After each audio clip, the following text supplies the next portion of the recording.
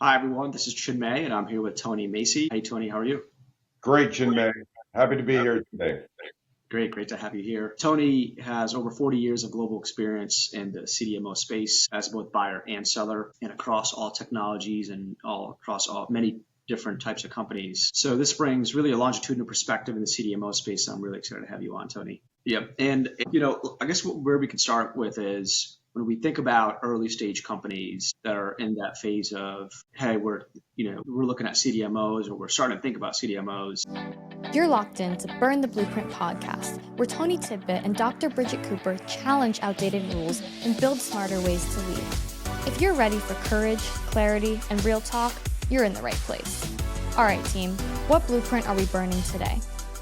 First of all, from a staffing standpoint, how should an early stage company staff to begin with in-house as they're looking at CDMOs? Okay.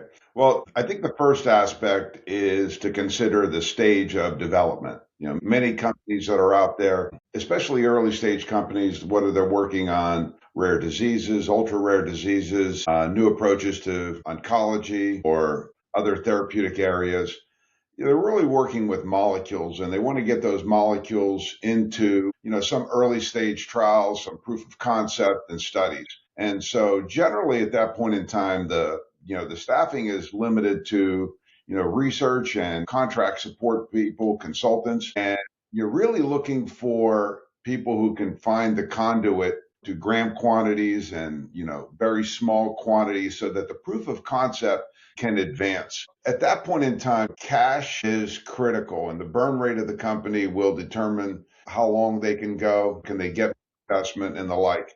So early stage, you keep things light and look for partners who can provide you that step forward in advancing your molecule. That's helpful. And then how about after they get financing? Look, you get financing, you get some proof of concepts, you get some advanced studies, then you start upping your game. You start building people who can go out and get phase 2 materials, to get phase 3 materials.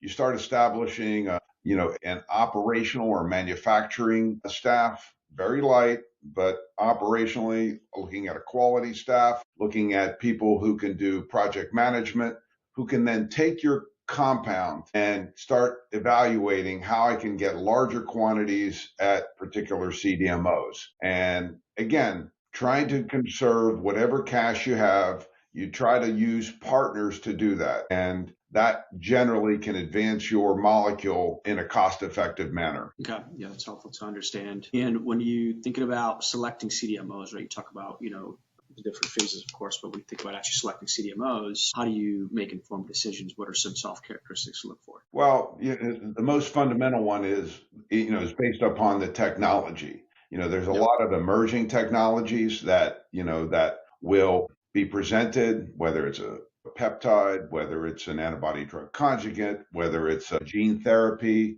whether it's a traditional small molecule. The range is going to vary. A lot of the newer compounds are poorly absorbed. So, there's also some considerations as to how you formulate and how you introduce a product. So when you select your CDMO, the most fundamental basic is what is the technology that my product is going to come to market at? And you try to find a partner who's adept, skilled, and knowledgeable in that area because they're the ones that could advance that particular technology. It's not everyone, it's the people who have that technology and that can do your work. And I think the other element that you roll into is time. And when you look at the efforts of clinicals and the timing of those clinicals, can the company and the CDMO, can they supply you the materials in a timely fashion that can advance your product quickly? And so time is of the essence, technology is of the essence, and you try to marry those up early on to find your, let's say, next phase partner as you come out of phase 1, as you start to coming out of phase 2. Right. Yeah, and I guess to that point, right, you talked about, I guess it's important to probably call out that not every CDMO will have everything under the roof, right? I mean, certain CDMOs will have certain specializations. Is that fair to say? Absolutely. Absolutely. That one company, even though they can, not very few companies can do the whole gamut, the whole range. And, So when you look at that, you try to find a partner that is closely matched to your product. That will give you the greatest chance of early success and successful timing. Yeah, well said. I do want to dive deeper into, what you just mentioned around selecting partners who can help with the technology. But before we do, we just take a step back. Can you speak to the org dynamics of a CDMO, and are there certain parts of the organization a company should definitely be, one, speaking with, and two, continuously speak with if they have signed the contract and continue to? Absolutely. Well, generally, your primary point of contact is a business development person, a salesperson who's actually serves as the interface for early discussions. And that is, how the door gets opened. But Right. the door gets opened, there's a lot of functions and capabilities within the organization that will determine your success. So you look at the development staff. Do you need formulation help? Do you need process development help? Do you need analytical development support? Do you need manufacturing support? Obviously you do, but is this bench level? Is this clinical level? Is it commercial level? You start looking at the manufacturing team. You start looking at the supply chain team, because that supply chain team will determine a lot of success within your organization.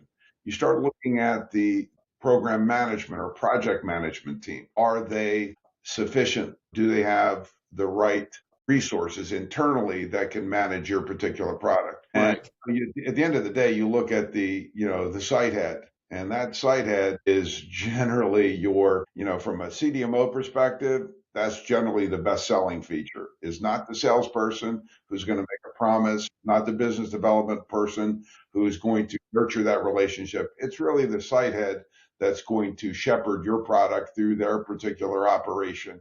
That will determine primarily the success. And you need to get to know those people and get comfortable with those resources within the organization, because only you know your product, only you know what you need, and you have to evaluate your needs in context of the CDMO's capabilities. Yeah, well said. Well said. Well, that's great. That's very helpful. And can you speak to what role geography plays in the process of selecting and working with a CDMO?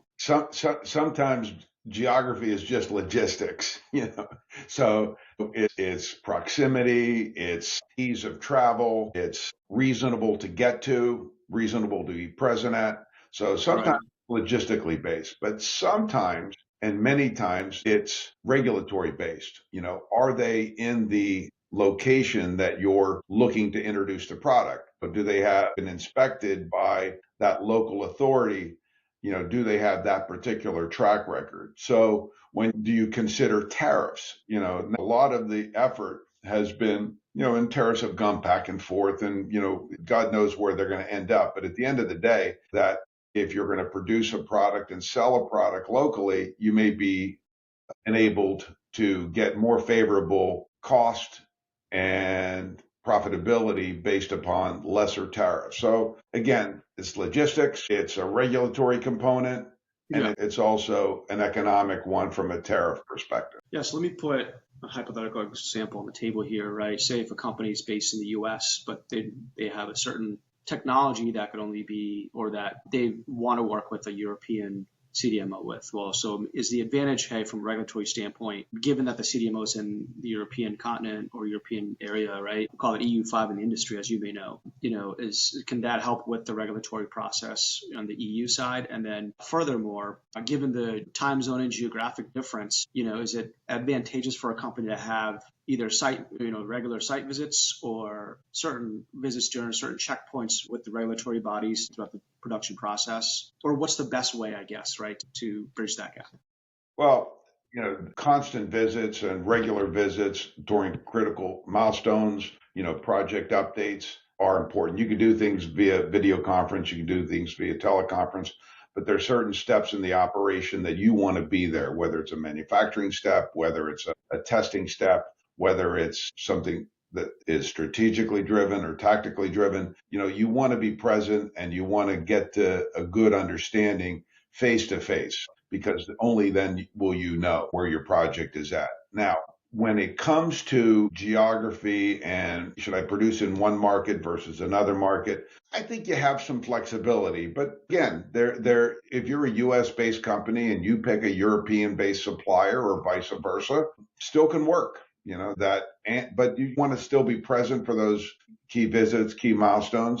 The technology and the expertise, if it's present, you take advantage of it. If they've already been inspected by the FDA, a European company being inspected by the FDA, and they have a great track record, a good GMP rating, have been approved for those particular technologies, will be an excellent partner. So I don't rule it out and don't suggest it's the conduit for success. You just have to evaluate that given the opportunity and giving the alternatives. But you kind of float that around and try to make an informed decision as to who's the best partner for my product. Right. Yep. Yeah. And then can you speak to the regulatory component? Is it, for example, if it's a facility that the FDA maybe has not heard of yet, but the EU regulatory bodies have, right? How do you bridge that gap and what's the advantage there? Well, it can be a limitation because if you're doing phase 1, phase 2 work that's not subject to a GMP inspection, then you're probably fine. If you want to start looking at some phase 3 quantities that will be used for clinical early stage, you're probably also okay. But once you start looking at the pivotal batches, once you start looking at where am I going to be commercially supplying product, you want a good handle and a good understanding as to what is the regulatory status of this particular location. If they've never been inspected by the FDA, never been inspected, and your approval is subject to that inspection, that's a bigger hurdle than another company in the same market, in the same territory that has a regulatory inspection and has been inspected, is approved for a particular technology. That you a better level of confidence. So geography plays a part, but it's also the companies and the locations, regulatory status and track record from an approval perspective. Now, let's talk about the topic of capacity. What are some characteristics or, let's say, signs of capacity, to look for, and how does that play into the equation? Okay. Generally, as a company, you have some idea of the market potential of your product. So the market potential can be, is a function of not only volume, but price. A lot of the products that are coming out today tend to be lower volume, high price because they approach rare diseases, ultra rare diseases, little niches in oncology. So they may have a blockbuster status. They may not, but they may. But volume may be relatively small or it may be large. So if you look at the GLP-1s now, all of them are, large revenues and large volumes. I mean, that tends to be the trend right now. Some of the anti-inflammatories, same characteristic. When you look at a company's capacity, you look at their equipment train, you look at the likely volume that you're going to be able to get through that operation. You also look at the other products that they're producing. Is this going to be a dedicated line? Is it going to be shared across a number of products? So capacity is based upon equipment size. It's also based upon the availability of that particular equipment train for your particular product. And what sometimes is not known is the number of competing products on that particular line. So if you go early on, you look at the equipment, sounds pretty good. You also want to get a sense for, does the company have any other commitments that might take some of that capacity away? Right. And that will give you a sense of, can I get my product through this particular operation? There's a couple of ways that you can handle it. I mean, you can put certain clauses into the contract that allow you certain amount of capacity and certain amount of preference. That comes with a cost because the company's going to say, well, look, if you want me to commit to capacity, you have to commit to some level of throughput.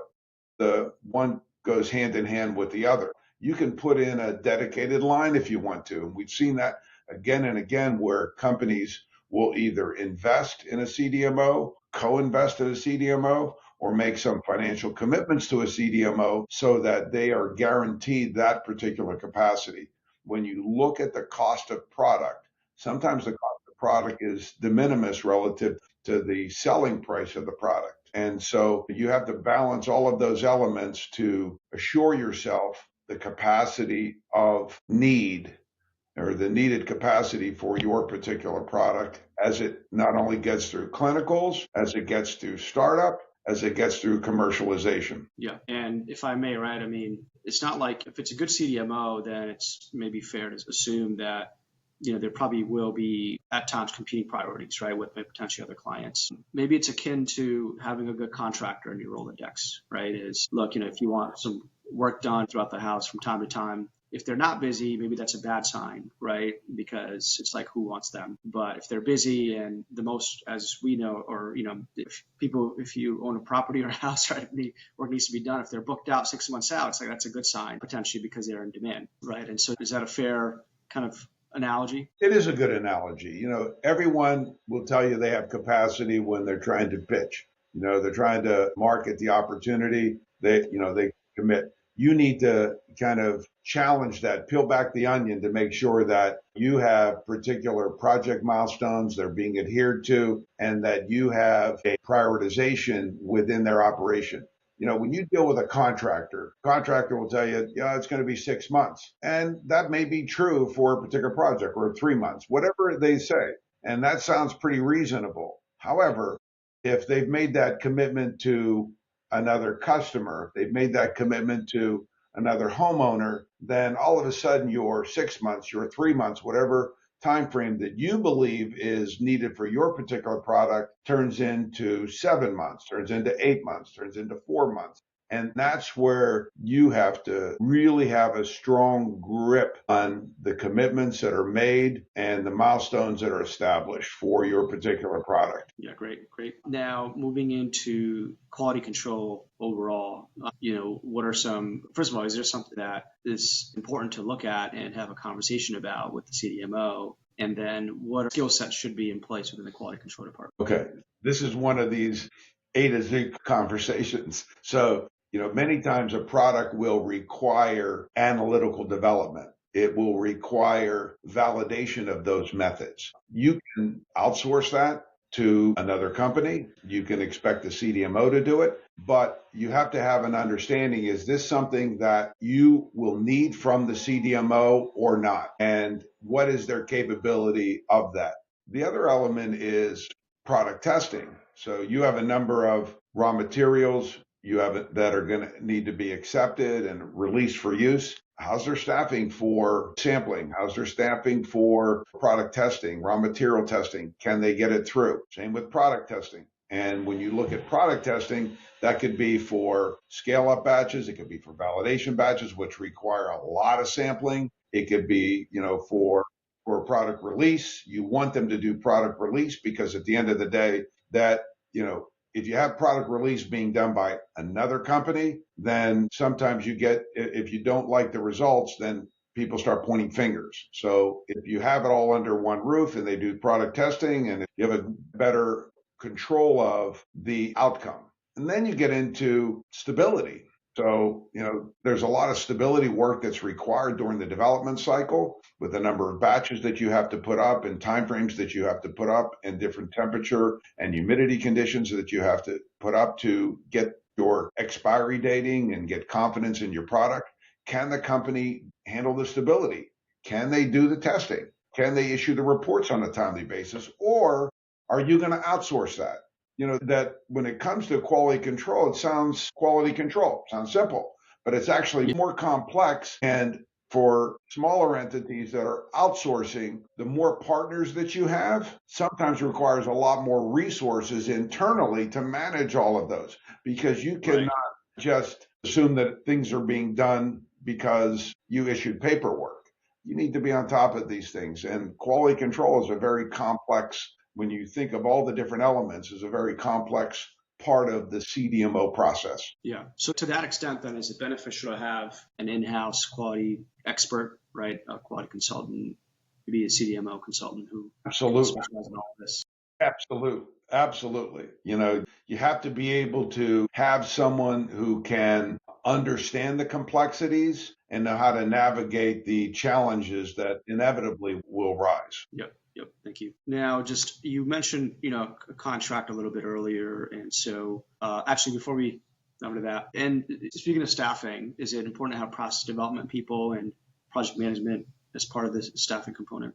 I think you need some degree of technical services internally to understand and partner with the CDMO, but that sometimes can be covered by more generalist people depending upon the CDMO that you select. But project management people internally are absolutely critical, both at the CDMO externally, but also internally, that you can manage because with smaller companies that are in the investment stage, time is of the essence. And when you look at the infrastructure and the burn rate for companies that are in this space, that a month, 2-month delay, you miss a clinical trial, you miss a window of opportunity, can be pretty significant setback for a company. So you need to assure yourself that you are hitting those timeframes for the success of the company, for the cash burn of the company,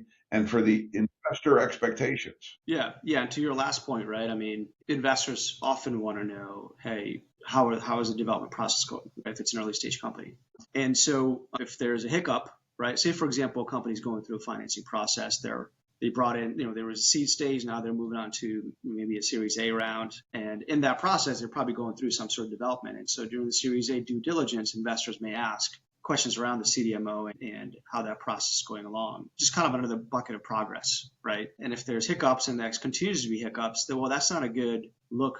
And that doesn't look good on the investor side, because they may be wondering, why is this component of development taking a month longer than it usually does, right? And a month is quite a long time, which then eats the cash burn, and which then raises the question of, is this company really running an efficient process and a capital efficient organization? Sometimes a month delay will result in a more significant delay. So using a simple example, I have a clinical study set up to begin on August 1st. I have my CRO set up, ready to go. They have their clinical sites ready with patients and with testing staff. And all of a sudden, I missed that window. So that window, it's not like the company might say, well, we'll start a month later, or we'll start 2 months later. That might end up missing a larger time frame, because a month delay may not be equivalent to a month delay in a clinical outcome. And I think that's the importance, where time is of the essence, and making sure that you deliver when you need to deliver. Yeah. You mentioned time is of the essence, which often tends to be also a contractual clause. And so moving deeper into the contract component, can you walk us through what are some key details that potentially may be worth including? Of course, it's not advice, just your opinion, but just wondering if there are certain components that may be very critical to make sure to be included. Yes, you can establish time frame and commitments contractually in certain milestones, but you have so many variables and there's so many outs. The raw materials didn't get here on time, or you didn't approve this particular document in time. So I think that holding a CDMO to a very prescriptive date becomes a little challenging and difficult. So what you put in a contract is best efforts, but when it comes to real penalties, it gets a little bit more challenging to actually recover from those penalties. First of all, CDMO, they'll do a lot of CYA activities to make sure that they're not the responsible ones for the delay. Right. You are the responsible one for the delay. So look, I think you have to recognize that this is a partnership, and you have to work with them to achieve those dates. You have to work with them to achieve those particular milestones. You may get setbacks. Some of them may be your own fault. Some may be the CDMO's fault, but you need to have your hand on the ball to make sure that you can achieve the desired outcome. Thanks. That's helpful to understand. And then to avoid those certain outcomes, how important is it to work with the CDMO where there's already an existing relationship? That's like going to a contractor that you've already done business with over the years. You know what to expect, you know what not to expect, you know how surprises are dealt with. you know their competence and their skill set, you know their management team, you know the site.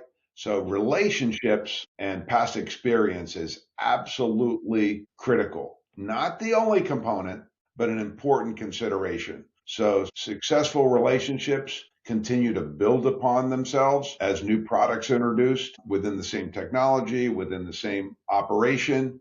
You know, those make a world of difference. And you have the confidence of the management team and their approach to doing business. So relationships are extremely important, not the only thing, but a successful criteria for decision making. Great. Well, thank you, Tony. That was a very helpful conversation, and really appreciate you bringing your expertise and shedding light into selecting CDMOs and what are some key components that. No, you're welcome, Chinmay. Happy to be here. Great. Thanks, Tony. Take care.